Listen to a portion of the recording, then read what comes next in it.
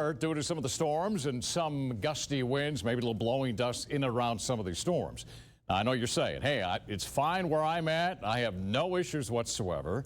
But it's some of these areas here in our viewing area, up in Otero County, out here in Hudspeth County, still get our signal, and there's still a concern with some of these storms that are moving through there. They're not fast movers, but you know, if we had more sunshine break out today, we'd be a little bit more unstable, so we'll likely see some bigger storms. But here's what's going on, and we'll take a closer look at this storm here. We're going to zoom in down to Hudspeth County because boy, they're getting walloped with some of these storms. I mean, look at Sierra Blanca. Look at all the lightning here. This is heavy rain that's coming down in buckets out here. And again, the brunt of it now is sagging from Sierra Blanca southbound, not a whole lot farther towards the north of them. All right, there's a look at Van Horn in Culberson County. Right now, Van Horn, you're not really seeing much activity. Everything is passed by to the south, but right along Highway 90 here, this is where they're seeing some pretty good storms along Scott's Crossing there. But again, all passing now down to the south of you folks. Let's head farther towards the north.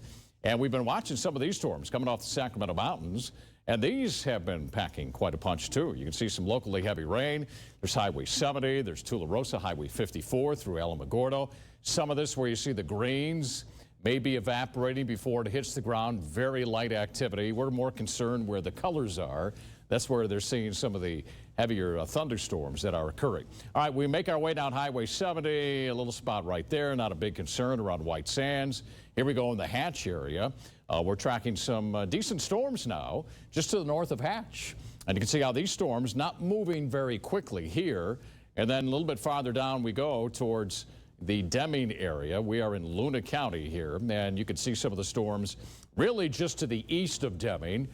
These as well are sagging down towards the south. Want to take a look at what's happening out there with the various temperatures that we are dealing with. And for the most part, we are looking at, we'll go to our future track computer model. Let's go ahead and do that. Short-term model, we'll take a look at what this model is anticipating out there. And you notice we run the model here. We're at 6 o'clock tonight, and notice a whole lot of activity starts to die down. You know, we start to stabilize the atmosphere just a bit. So we're not looking at much activity later on tonight. So really over the next couple of hours is when we have the better chance of seeing some of these showers and storms and maybe some of the gusty winds. 89 tomorrow, 10% chance of rain, but look here. It starts getting hotter, more June-like.